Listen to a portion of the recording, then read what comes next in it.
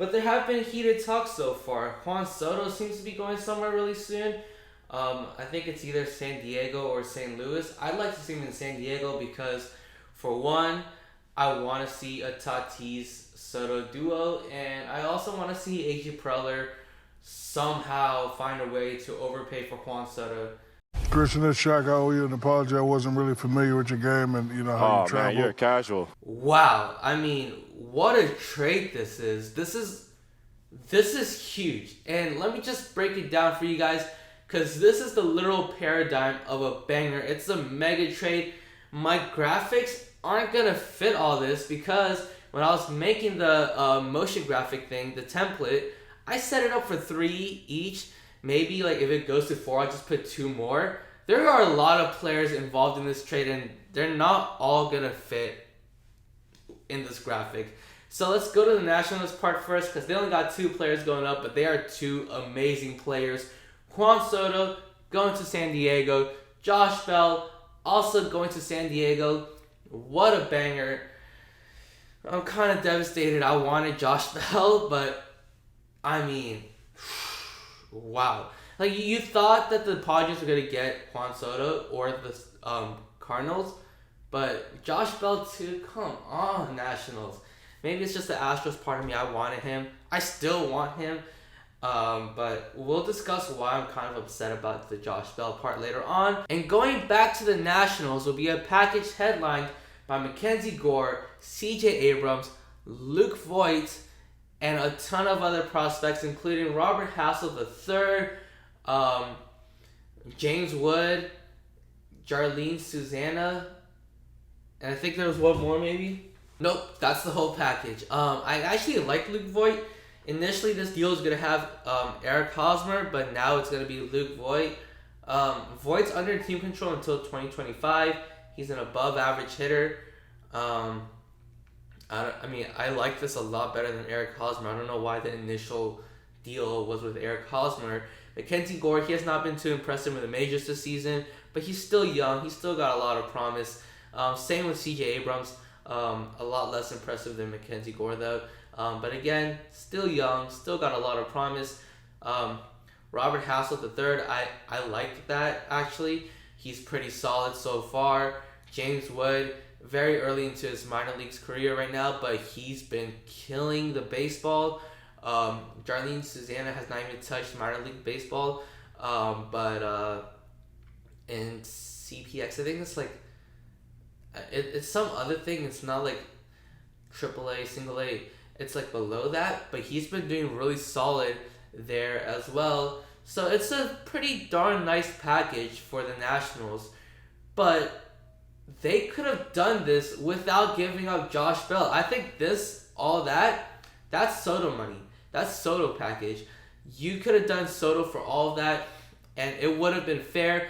Now you're adding Josh Bell, who I think you could have gotten a lot more for, given the fact that you're including Soto as well. So I don't... That's going to hurt their grade, in my opinion, because they could have flipped for some other prospects and get more out of that. You could have had Jose Siri, but I guess not. But anyways, this is... it's a good trade for AJ Preller. Like, record this, because this might be the only time I say it.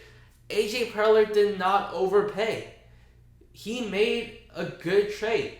Yeah, he's giving up a lot, but you're getting 2.5 years, 3 years basically, of Juan Soto. You're getting 3 playoff runs with Juan Soto.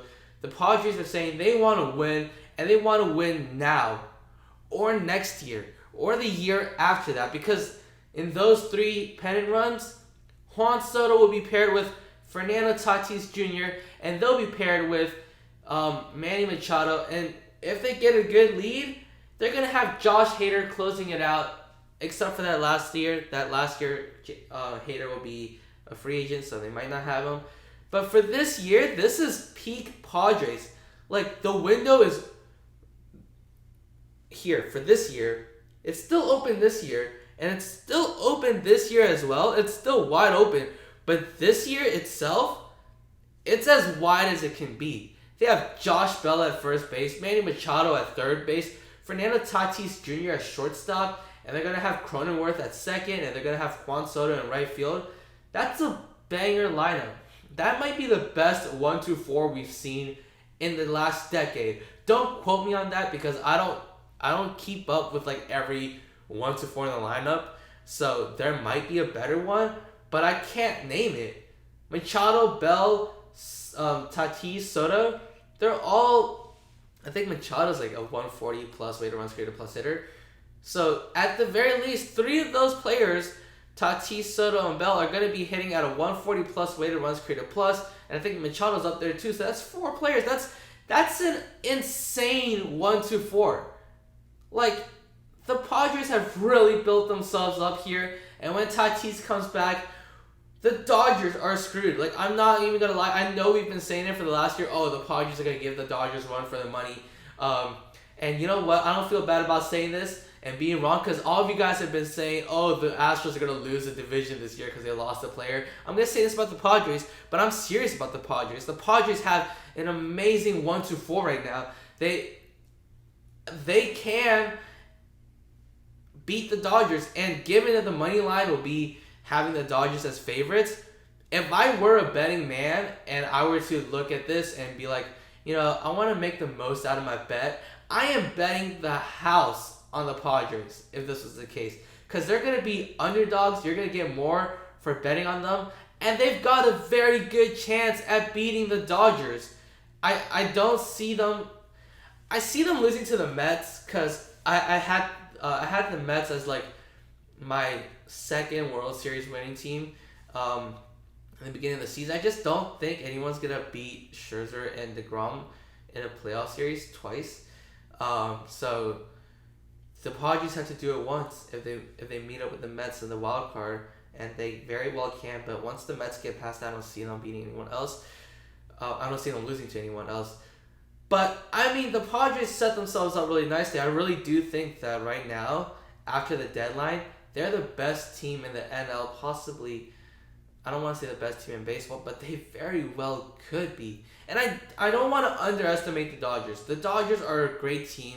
They didn't do much of the deadline because they're a super team already. But do they have what the Padres now have? I don't really think so. Thank you guys for watching. If you guys want to stay tuned for more of whatever this video is, feel free to subscribe right here.